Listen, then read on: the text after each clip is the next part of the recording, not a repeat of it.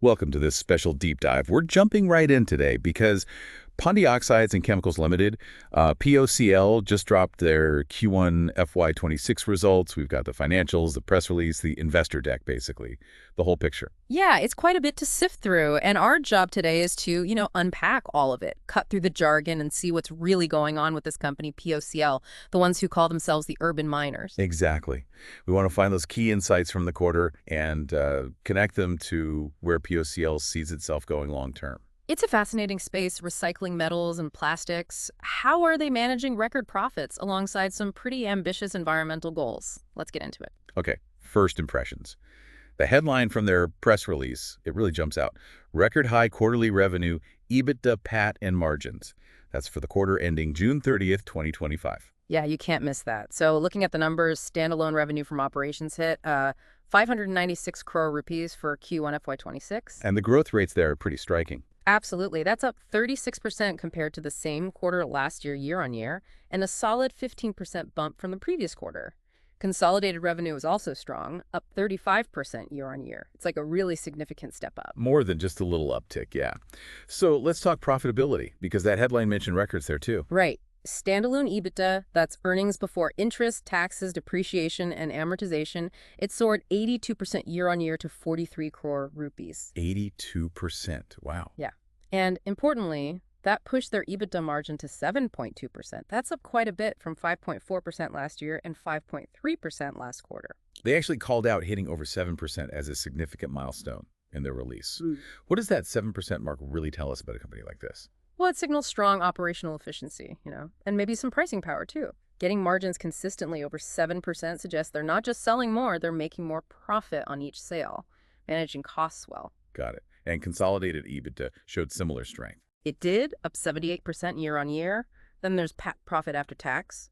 Standalone PI jumps 90% year-on-year to 28 crore rupees. 90%. Another huge leap. Exactly. And the PAT margin rose to 4.6% from 3.3% a year ago. Consolidated PAT was even higher, up 94% year-on-year. So just really strong performance across the board.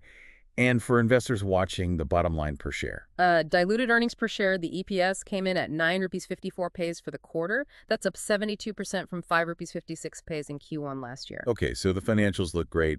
What was actually happening operationally to drive this? What do they say was behind the growth? Well, the press release puts it down to, and I quote, increased production, sales, and realizations in both lead and copper. Pretty straightforward. Let's break that down. What about the lead segment specifically? Okay, so for lead, production was up 17% year-on-year, hitting 24,167 metric tons. Sales volume increased by 9% year-on-year to 22,530 metric tons. More production than sales there. Interesting. But you mentioned realizations too. What's the story on profitability per unit? Yes. This is key. The EBITDA per ton of lead, it jumped by an impressive 48% year-on-year. 48%. Yeah, reaching almost 17,000 rupees per ton. That huge jump, it tells you they're getting much more value out of each ton they process. How are they doing that? Better prices, lower costs? It could be a mix, but a big part seems to be their product mix. The share of value-added products in the lead segment, things like specific alloys, reached 71%. 71%? Wow, that's up quite a bit. It really is. It was only 50% this time last year and 58% just last quarter. So they're clearly successfully pushing towards those higher margin products. It's not just about volume, it's about the quality of that volume. Makes sense. And it wasn't just lead performing well, right? You mentioned copper too. Correct. The report says capacity utilization for copper more than doubled. That led to, well, obviously a big jump in production and sales for copper as well. Okay. And where are they getting all the raw materials, the scrap? It's a global operation. For Q1, imports accounted for about 84% of their lead scrap, 53% for plastics, and actually 100% for copper scrap. They're sourcing from all over. And selling globally too. What's the split between domestic sales and exports? It's pretty balanced, actually. About 44% domestic sales and 56% exports in Q1. That diversification probably helps manage risk dealing with different market conditions. Absolutely. It spreads their bets, so to speak, relying less on just one market. So with this strong performance and global reach, the big question is, how do they keep it going? What's the plan for future growth? What's the strategy? Right, that leads us to their expansion plans. They're actively increasing their lead production capacity, adding 72,000 metric tons per annum, or MTPA, at their Thervoy-Candigai project. And that's happening in phases. Yes, two phases. And importantly, phase one, which is the first 36,000 MTPA, actually started commercial production this quarter, Q1 FY26. Ah, so it's already contributing to these record numbers we're seeing. Exactly, it shows they're executing on those plans. Phase two, the other 36,000 MTPA, is expected to come online by the second half of this fiscal year. The cost for phase two is estimated at around 20 crore rupees. Okay, so clear capacity growth underway. What about overall investment, their capital expenditure or CapEx? They spend about 8 crore rupees on capex in Q1, and they're projecting 42 crore for the first 9 months of FY26. And how are they funding this? The investor presentation mentions an ideal mix of debt, equity, and internal accruals. So a balanced approach using their own profits plus some borrowing and possibly equity seems sustainable. All right, beyond the immediate expansion, what's the bigger picture? They have this Target 2030 vision, right? They do, and it's quite ambitious. It's not just vague goals. It feels like a pretty concrete roadmap. So what are some of the key targets in this 2030 plan? Okay, they're aiming for volume growth of over 15% consistently. They want to maintain revenue growth, a CAGR, compound annual growth rate of over 20%. Profitability growth also targeted above 20%. Those are strong growth numbers. What about margins and returns? Yeah, they're targeting EBITDA margins above 8%. Remember, they just hit 7.2%. And ROCE, return on capital employed, exceeding 20%. And connecting back to what you said earlier about product mix. Right. A key goal is getting more than 60% of their revenue from those value-added products. So that shift we saw this quarter, they plan to continue it. Interesting. And there's an environmental angle, too. Definitely. A big target is reducing energy consumption by over 20%. Lowering their carbon footprint is clearly part of the plan, alongside profitability. They're also exploring new areas like lithium-ion battery recycling and investing in R&D. It paints a picture of a company really thinking long-term.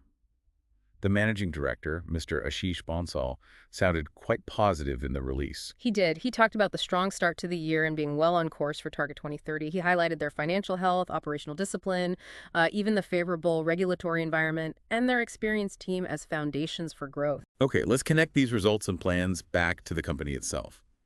POCL started in '95, listed on BSE and NSE. They call themselves India's leading recycler, a pioneer in lead. And crucially, they hold India's first 3&7 London Metal Exchange LME registered lead brand. Right. For listeners who might not know, what's the significance of being LME registered, especially with that 3N7 purity level? It's basically a global seal of approval. It means their lead meets very strict international quality standards, the kind needed for trading on the LME, which is the world benchmark for metals. It gives them credibility, access to global markets, and often better pricing. That 3N7 just specifies a high purity level, 99.97%. So it ties directly back to those better realizations and profitability we talked about. Exactly. Their main business lines currently are lead, plastics, copper, and aluminium. But they're looking into lithium-ion and even rubber e-waste. They have 4 active recycling plants, plus 1 more being built. And their whole model is built around this idea of sustainable circularity. Can you unpack that a bit? What does it mean in practice? Yeah, it means they try to close the loop. They source scrap from over 70 countries. They sort it, process it, smelting, refining, washing, grinding. Then they manufacture value-added products like alloys or plastic granules. Quality control, R&D, customer feedback are all integrated. It's about turning waste back into usable, valuable materials. A full cycle. And they sell these products widely, too. Yes, to big global OEMs in over 20 countries. Their plant locations near ports help with both the import of scrap and export of finished goods. Plus, they have the necessary licenses, like the MOEF license for importing various types of scrap. And the balance sheet seems to support this growth. You mentioned financial health earlier. Absolutely. If you look back at their audited numbers for FY25, you see consistent growth in net worth. And really notably, their net debt has come down significantly since FY21. How significantly? It went from about 1,447 million rupees in FY21 down to 634 million in FY25. And their net debt to equity ratio, it dropped from 0.90 times down to just 0.11 times over that period. Wow, 0.11. That's incredibly low leverage. Shows really strong internal cash generation and financial discipline. It really does. It suggests they're funding a lot of their growth internally, which is a healthy sign. And beyond the financials, there's a clear commitment to ESG, environmental, social, and governance. Yes. Environmentally, they're switching from furnace oil to cleaner LNG fuel. They're actively managing emissions and water pollution. Socially, it's about employee welfare, diversity, community work. And governance. Things like having 50% independent directors on their board, focusing on transparency. It's becoming increasingly important for companies globally. And the regulatory environment you mentioned, the BWMR and EPR rules, how do they play into this? Right. Battery waste management rules and extended producer responsibility. These government regulations are actually a tailwind for POCL. They essentially make producers responsible for the end-of-life management of their products, like batteries. So it increases the supply of scrap-needing processing. Exactly. It formalizes the collection and recycling process, pushes more scrap towards organized recyclers like POCL, and creates a more structured market. Okay, so pulling it all together, Yeah. what's the main takeaway from this deep dive into POCL's Q1 results and strategy? I mean, the picture is one of a company that seems to be firing on all cylinders right now. Record results, yes, but also clear execution on a long-term plan. They're expanding capacity, improving profitability through value-added products, strengthening the balance sheet, and embedding ESG into their strategy. Precisely. It's not just about the numbers this quarter. It's about building a sustainable, growing business in the circular economy. They seem well-positioned. So for you, our listener, maybe the thought to leave you with is this. We live in a world that's, increasingly worried about resources running out and dealing with waste. Yeah, and companies like POCL embracing this urban miners idea, focusing on recycling and circularity with ambitious goals like their Target 2030. How might they actually redefine what we consider valuable? Right. Is value just financial profit? Or does it increasingly include things like environmental stewardship, resource preservation? Seeing waste not as a problem, but as a resource. It's definitely something to think about as we watch companies like POCL navigate the future, how they balance growth, profitability, and sustainability in this evolving landscape. A fascinating question indeed. Something to ponder after digging into POCL's impressive quarter.